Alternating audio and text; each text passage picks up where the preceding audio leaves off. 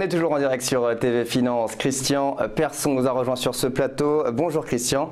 Bonjour. Vous êtes le PDG d'Humalis Group, un spécialiste du portage salarial depuis plusieurs années. Vous accompagnez depuis plus de 20 ans des cadres en reconversion professionnelle.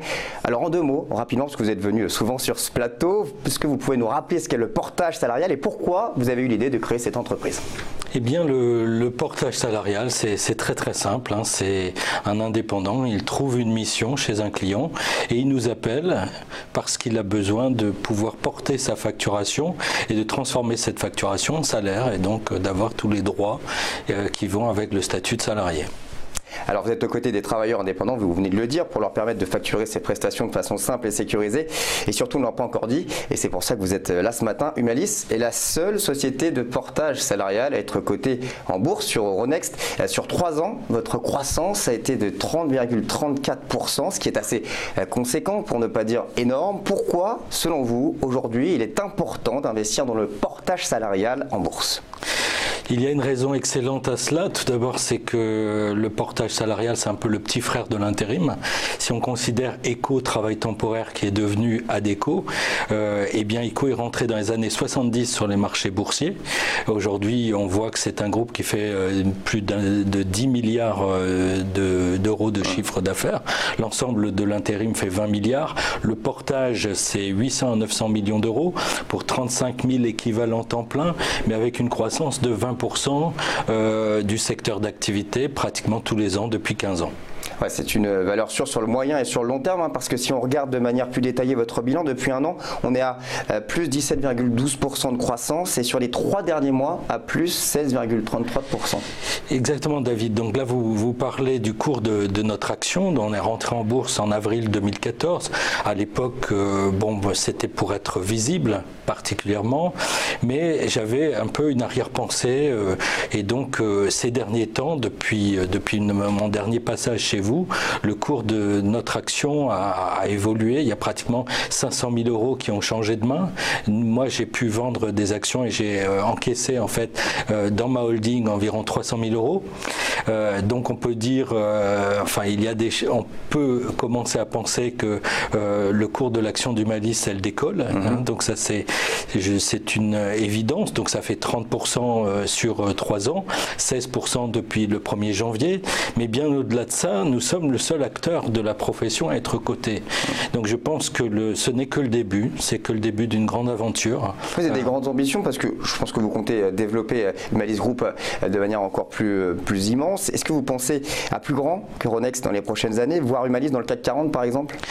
Dans le CAC 40, je crois que, peut-être dans mes rêves. En fait, on ne se refuse rien, on ne sait jamais. Oui, non, c'est pas dans l'absolu, c'est pas impensable.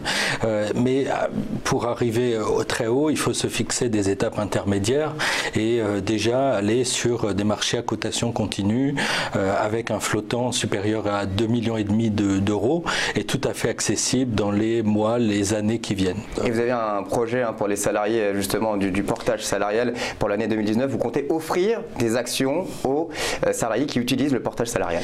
Exactement, c'est-à-dire que nous allons dans le sens des préoccupations du gouvernement. La bourse doit se rapprocher des salariés et Humalis entend, donc c'est un projet que j'ai de longue date, qui est d'accorder des actions gratuites en plus ou moins grand nombre à tous les salariés en portage salarial, à tous les portés qui nous font confiance, de façon à ce qu'ils participent à la création de plus-value. Mon grand espoir serait que les plus-values réalisées en bourse sur les actions d'Humalis permettent aux salariés portés d'avoir un portage quasiment gratuit compte tenu de la compensation. Alors ce qui est assez paradoxal, c'est de voir une si forte croissance parce qu'en France, on n'est pas forcément familiarisé avec le portage salarial. Comment vous comptez justement accroître votre notoriété et imposer, si je puis dire, ce style aux salariés français ? Eh bien, par des actions de communication comme celle-ci à l'instant, par notre présence sur Internet, sur les réseaux sociaux. On rénove notre site régulièrement. On est aussi propriétaire de plusieurs sites Internet, des médias, Africa Top Sport, Africa Top Success, Cœur de Foot, qui est le premier média sur le foot féminin. Cela nous permet de toucher 10 millions de personnes sur l'ensemble de la francophonie et c'est un formidable levier pour la notoriété d'Humalis, bien sûr. Alors ce statut d'indépendant, c'est quelque chose qui est très répandu pour les anglo-saxons. Pourquoi en France, on a un peu plus de mal à s'y faire selon vous ? C'est compliqué. Ce n'est pas parce qu'on est dans le bain qu'on voit parfaitement tout ce qui se passe. Au contraire, souvent on a un petit peu la tête dans le guidon. Quoi qu'il en soit, l'Angleterre, les pays anglo-saxons, même l'Italie, j'ai rencontré une société finlandaise qui pèse 30 millions d'euros dans le portage salarial. Donc c'est pas un phénomène spécifiquement français. Ils ont un temps d'avance sur nous ? Pas nécessairement. Peut-être que le portage salarial, en fait, est une solution qui a émergé parmi les demandeurs d'emploi il y a une trentaine d'années. Quand quelqu'un acceptait de prendre une mission et qu'il créait une entreprise, il était radié. Donc il perdait tous ses droits à l'assurance chômage. Depuis, les choses ont évolué, mais le portage s'est imposé comme un formidable espace de transition pour les gens qui ont perdu un emploi de façon à retrouver autre chose. Alors vous le disiez sur ce plateau, le statut d'auto-entrepreneur a phagocyté quelque part le portage salarial en France. Qu'est-ce que le portage salarial apporte comme garantie supplémentaire aux salariés vis-à-vis de l'auto-entrepreneuriat ? Oui, eh bien l'auto-entrepreneur déjà c'est un statut que personnellement j'aime beaucoup, mais qui est constamment en danger compte tenu des risques de requalification par l'inspection du travail. Vous ne trouverez sans doute pas ou très peu de sociétés du CAC 40, des grandes sociétés cotées qui achètent des prestations à des auto-entrepreneurs. Aujourd'hui, elles achètent massivement du portage salarial pour des indépendants experts. C'est comme ça que ça fait la différence. Et d'une manière plus globale, si on veut changer les choses en France, non seulement pour le portage salarial, mais aussi pour ce statut d'indépendant, est-ce qu'il faudrait revoir le Code du travail ? Il a déjà été revu, ça a pris énormément de temps, il a fallu 30 ans pour que le portage salarial soit pleinement reconnu. On peut dater ça à avril-juillet 2017, c'est-à-dire l'an dernier. D'accord.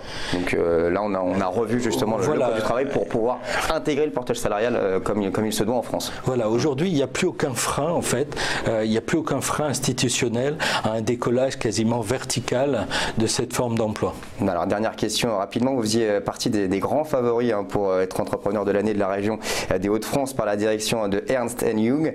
C'est finalement Loïc Quentin de Grosmar qui a reçu le prix avec son entreprise Saverglass. Est-ce que vous avez été déçu ou au contraire heureux pour lui ? Je suis heureux pour tous mes confrères auto-entrepreneurs, tous mes confrères qui entreprennent. C'est difficile, on est des héros. On est des héros, donc c'est pas seulement l'objet, c'est pas simplement de gagner la compétition, c'est de promouvoir l'entrepreneuriat. Et là, je suis de tout cœur avec EY notamment, que je connais bien, que j'ai rencontré à plusieurs reprises, et avec ce lauréat. Voilà, donc pourquoi pas l'année prochaine ? Pourquoi pas l'année prochaine ? Si j'atteins les objectifs que je me suis donné et que partage mon équipe, être peut-être un jour le leader du freelancing en Europe. En tout cas, la croissance est au rendez-vous et Humalis Group sera encore avec nous l'année prochaine, à n'en pas douter. Merci beaucoup Christian Persson d'avoir été avec nous, PDG d'Humalis Group, une société de portage salarial. Je le rappelle, on va marquer une petite pause sur TV Finance. On se retrouve dans quelques instants pour la suite de votre journal. Restez bien avec nous, à tout de suite.